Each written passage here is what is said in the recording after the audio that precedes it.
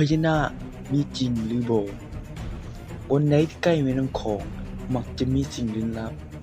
เรื่องพญานาคหลากหลายแตกต่างกันไปถ้าผู้ใดมาฮอดก็พลาดบ่ได้เลยที่จะบูชาเพิ่นอธิษฐานขอพร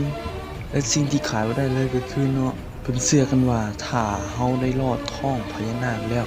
สิ่งที่เฮาขอพรนั้นจะกลายเป็นจริงเนาะวัดป่าธรรมเจียอยู่บ้านทาสโนนครไกรสอนพรหมวิหารเป็นวัดหนึ่งที่ได้รับความนิยมจากชาวพุทธทั้งหลายภายในวัดก็จะมีรูปปั้นพญานาคที่เป็นสัญลักษณ์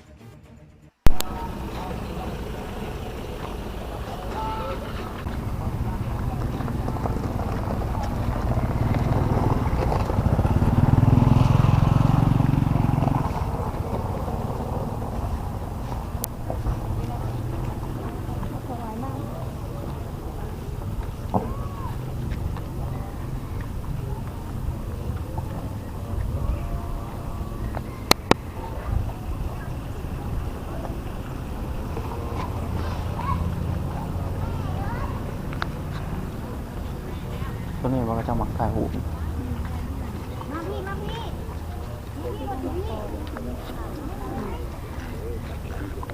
ี่สอง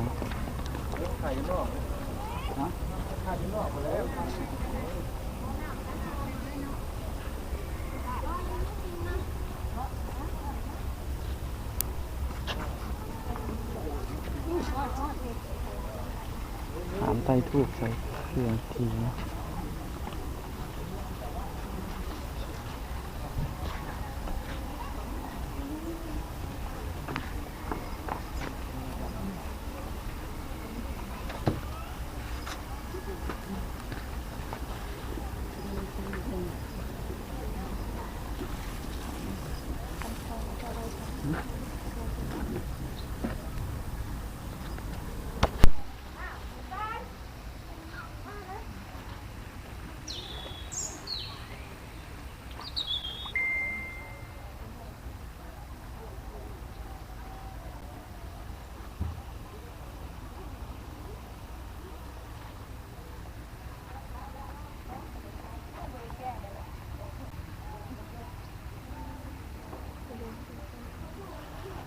ตายวะ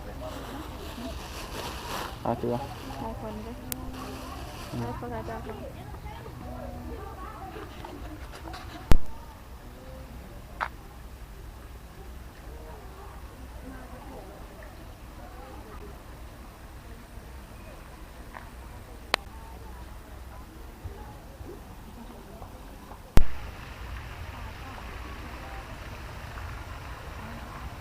บริตายใช่เมื่อกี้เลยอ๋อสีสวยสดใสวะไปมาวัดตำเจียงจนไล่จ้ะถ่ายรูปมาหอดกะบูชาจุดเด่นมันกับสไลด์พญานา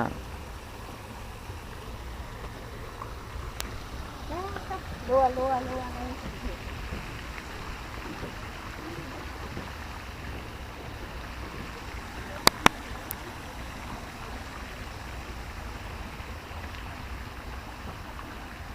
ได้ลูก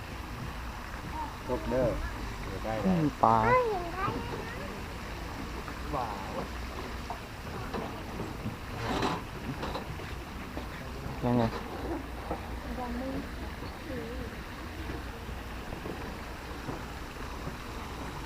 โอ้ปลาคือตัวใหญ่เลยดิปลาเป็นไงบุ๋ยเอาบุเห็นมันเนาะน้ำขุ่นปลาดุกได้ตัวเลยเด้อปลาดุกนะครับเดี๋ยวต้องให้ปลาลูกเอี้ยงเลย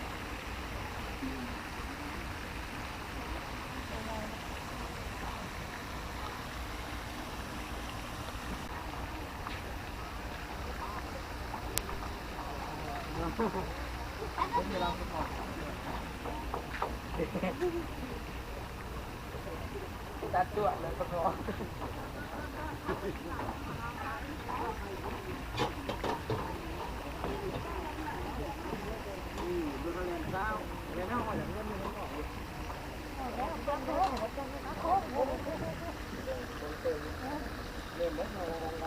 ต้องมาดังเต็มเนาะตลอดลงมาจะเต็มเนาะ ปลาครับ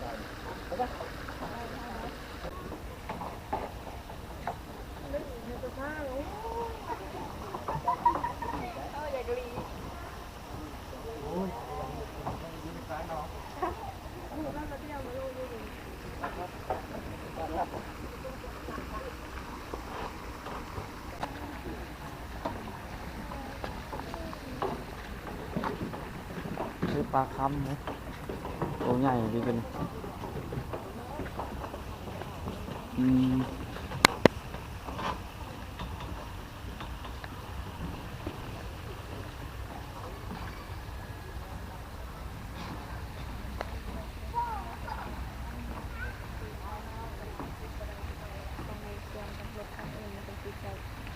จะเอาลงไปเฮ็ดให้เล่าแล้วก็ไปดึงมันเป็นยังแล้วก็ลงไปคัดสีให้เล่าเลยเรา ปลาครับน้ำเกลือปลา ปลาครับ ภาพไม่ปลา ปลาครับมีบอนปลาครับคือกันและต่อกัน ตัวนี้เป็นสายน้ำลำธาร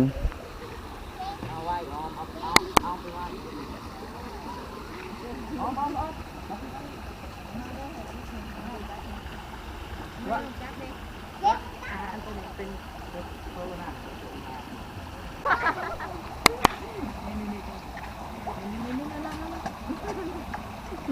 ้องกินเดี๋ยวนี้นะไข่นมเนี่ยดุมันกระดิ่ง นี่นี่มันดูระวังมัน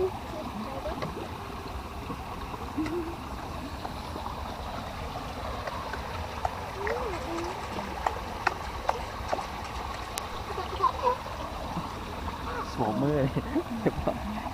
เรียบร้อยต่อจาก เมื่อกี้เขาซูนคือไอ้แก่งเขาซูนหรือว่ากระสิบนี้ มึงลองทำชุดดู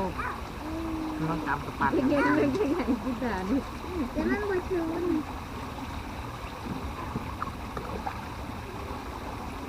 ไปแถวมันละลายสิอันนี้ก็มันก็คืออาหาร เคยหลอกมันรู้ปะเตรียมคลองนะทางนอกยำมันถั่ว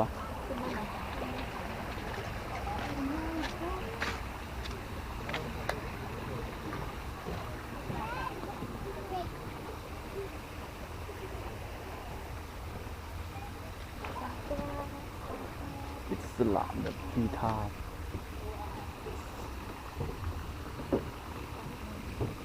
สิพี่หน่อย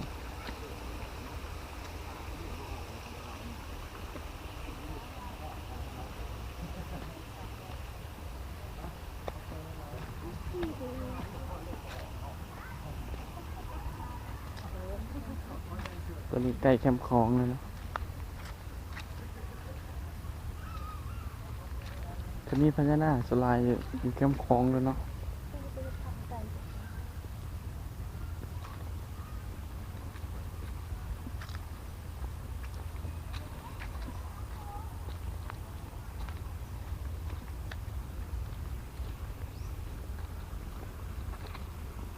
บักเบอร์ มองหน้าเลยไม่บอก โอ้ยคุณนะ เราจะด่าอยู่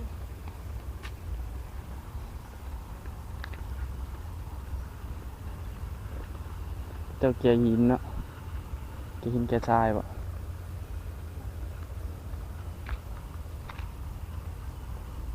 ดูข้อวิวในบัดนึง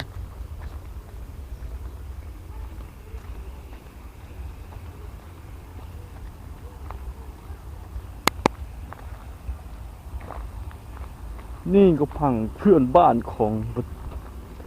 เพื่อนบ้านเรา ตกลงนี่คอหักแล้วตกลง ตายแล้วนะ อืม ตายก็เป็นน้อย ธรรมชาติสวยงามหลายเนาะเสียแมวทุกคนเนี่ยว่าเสียแมวเฮือยังโฮงเฮือ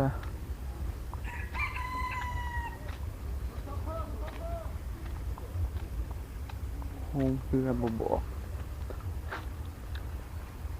อกบ่ได้เพราะเพิ่นปิดบังไว้เฮ็ดเป็นต้นไม้เนาะ ที่ยัง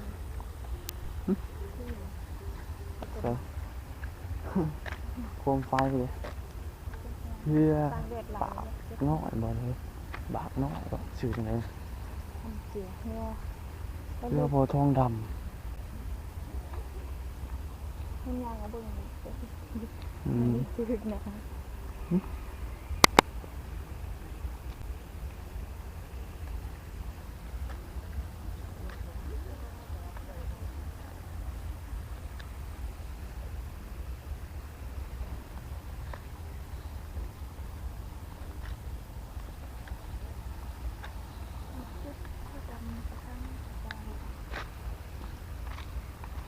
วัดคำเสีย